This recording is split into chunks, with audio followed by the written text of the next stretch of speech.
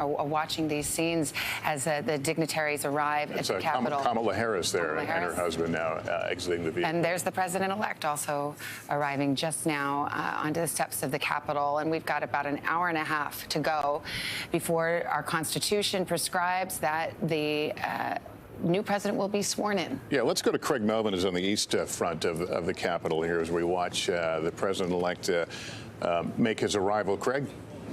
Lester, right now, you see the president-elect there. From our vantage point, we also see the soon-to-be First Lady as well, Dr. Jill Biden. There she is, Dr. Biden, putting on her gloves there. It is quite chilly. In fact, there were some snow flurries here in the nation's capital a short time ago. And Senator Harris, soon-to-be Vice President Harris, and I screwed this up earlier. I want to make sure I get it right this time.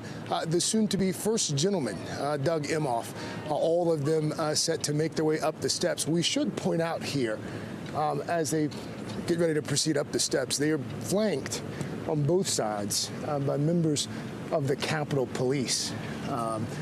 And they are being flanked by members of the Capitol Police because of, obviously, what happened here 2 weeks ago, as we see the soon-to-be President and First Lady.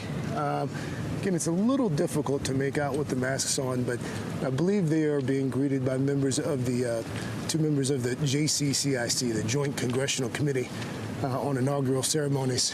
We saw Senator Klobuchar as well, who's one of the members of that committee a few minutes ago, sort of inspecting the troops, if you will. But they'll go in.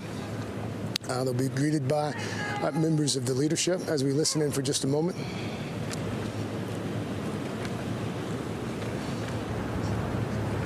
It's really stunning to watch the president-elect standing at the foot of those stairs, those very stairs that 2 weeks ago we saw the desecration of our U.S. Capitol.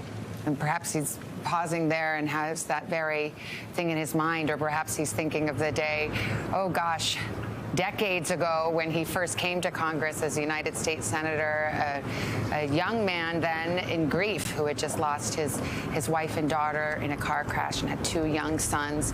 And now we see all these years later, the president-elect, the soon-to-be First Lady, Vice President-elect Kamala Harris, who will make history in more ways than one today, and the second gentleman, Doug Emhoff, as they now enter the building where they walk in as President and Vice President-elect, but will walk out as the new President and Vice President of the United States. Joe Biden spent a lot of time in that building as a member of Congress and of course, as Vice President as well.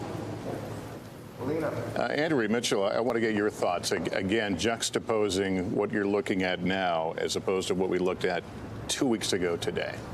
Well, that is the stark contrast. I don't ever recall this happening because usually they come in through the Capitol and come out at the top of the steps there right on the podium. But walking up those steps where the Capitol was breached, that's where the first access to the Capitol took place on January 6th. I think that was a symbolic greeting by Senators Klobuchar and Blunt, who were the two chairs, the leaders, bipartisan, of the Rules Committee, which is traditionally done.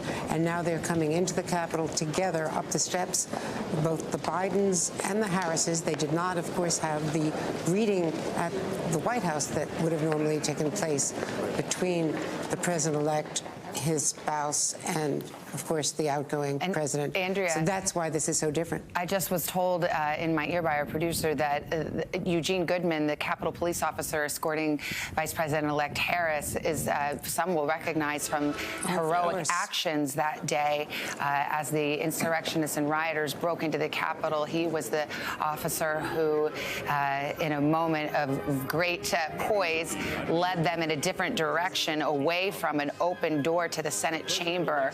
And in that moment, many have said perhaps saved untold lives. And who knows what could have happened but for his heroism. And he, of course, is getting a place of honor, too. Hey, NBC News viewers, thanks for checking out our YouTube channel. Subscribe by clicking on that button down here and click on any of the videos over here to watch the latest interviews, show highlights, and digital exclusives. Thanks for watching.